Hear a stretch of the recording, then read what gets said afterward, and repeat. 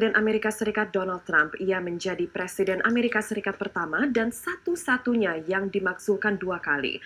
Dan kita sudah terhubung dengan jurnalis VOA Virginia Gunawan langsung dari gedung Capitol di Washington DC, Amerika Serikat.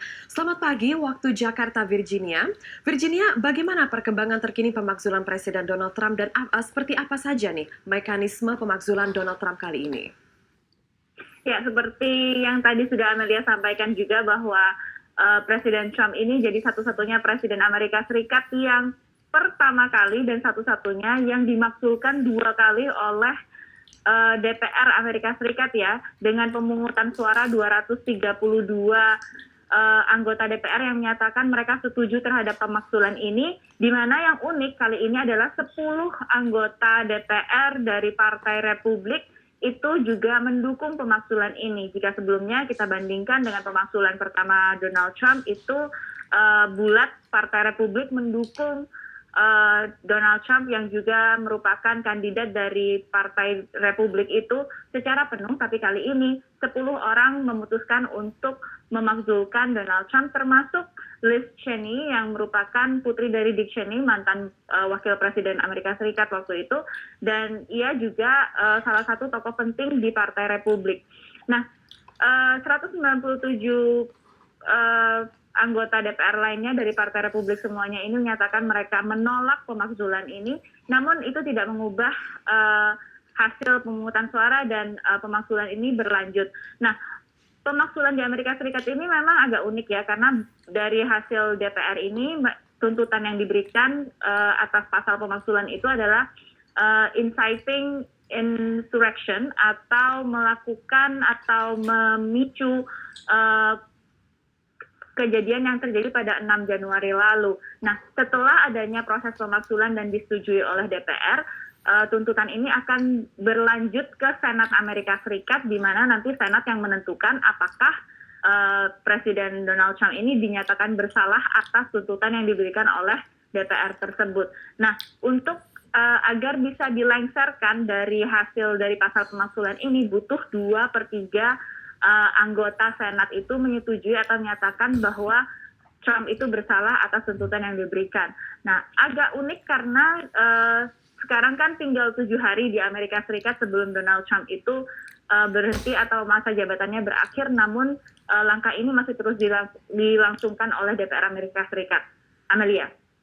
Lalu Virginia, banyak yang masih mempertanyakan upaya pemakzulan Trump ini karena sisa masa jabatannya yang tinggal 6 hari lagi atau 7 hari lagi. Lalu dengan pemakzulan ini apa hak-hak Trump yang akan dihapuskan?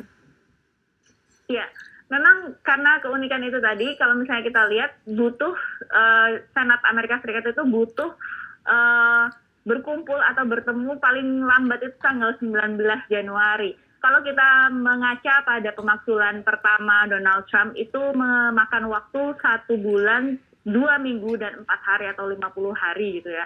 Dan apakah ini akan diekspedite atau dipercepat seperti itu sehingga 19 Januari nanti ia sudah dilengsarkan?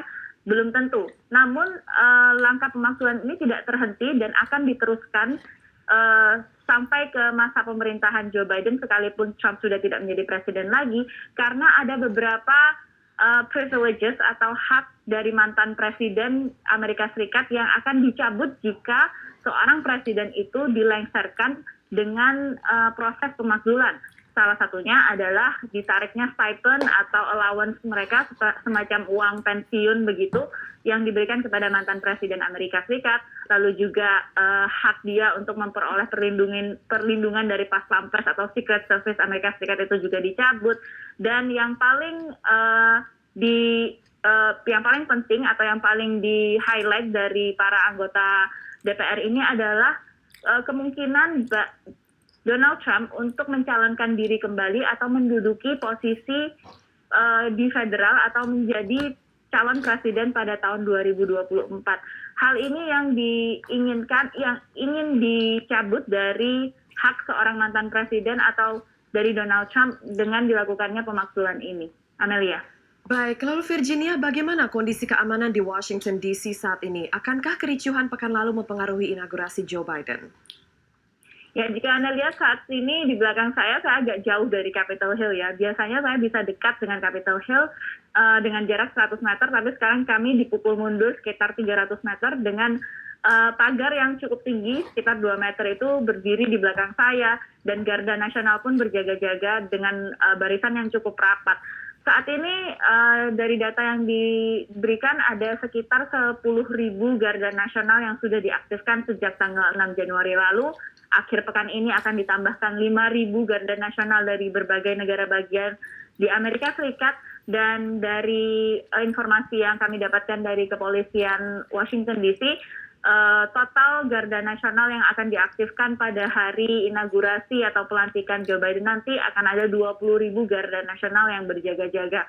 Secara prosesinya nanti kegiatan upacara pelantikan Joe Biden ini akan lebih banyak berpusat secara virtual karena memang untuk mengurangi atau menanggulangi penyebaran virus corona. Namun selain itu juga ini adalah salah satu langkah antisipasi terutama dari ancaman yang sempat diberikan oleh para pendukung Trump yang menyatakan mereka akan membuat second round atau ronde kedua dari kegiatan atau kericuhan yang sempat dilakukan pada 6 Januari lalu. Amelia. Baik, Virginia, terima kasih atas laporannya langsung dari Washington DC. Selamat bertugas kembali.